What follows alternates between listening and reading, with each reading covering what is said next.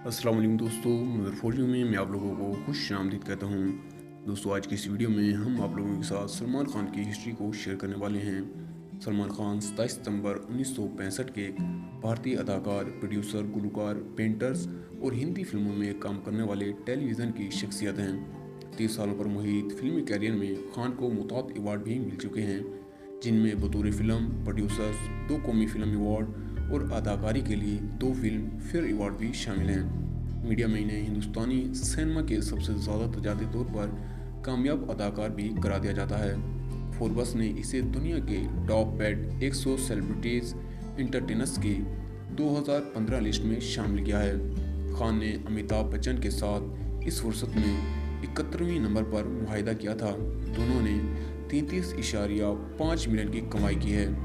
Forbes ने 2018 की फुर्सत में दुनिया में टॉप पेड 100 सेलिब्रिटीज एंटरटेनर्स की फुर्सत के मुताबिक खान ने 37.7 मिलियन की कमाई के साथ 82वीं रैंक के साथ आला दर्जे के हिंदुस्तानी बन गए थे।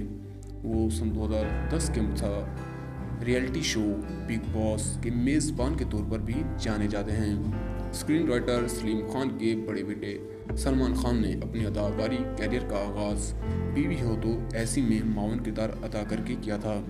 इसके बाद मैंने प्यार किया में अहम किरदार अदा किया।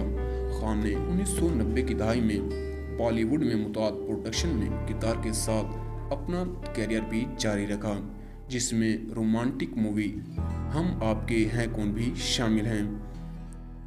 इसके बाद action thriller movie Karan Arjun और कॉमेडी मूवी बीवी नंबर 1 और फैमिली मूवी हम आपके हैं कौन और हम साथ साथ हैं।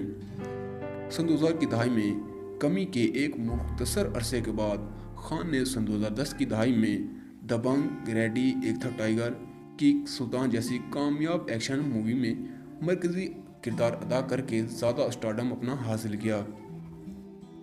अपने अदाकारी के कैरियर के अलावा खान टेलीविज़न के प्रिंटर्स भी हैं और अपनी फलाही तंजीम यंग ह्यूमन फाउंडेशन के ज़रिए इंसानियत पसंदी के असबाब को फ़रोग़ भी देते हैं। खान के ऑफिस स्क्रीन ज़िंदगी तनाज़ात और कानूनी परेशानियों से दो चार है।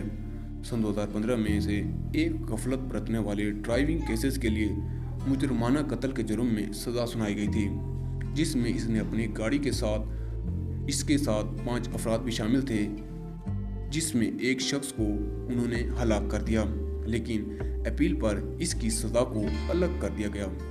5 अप्रैल सन 2018 को खान को ब्लैक बुक के गैरकानूनी शिकार के मामले में सज़ा सुनाई गई और इसे 5 साल कैद की सज़ा सुनाई गई थी।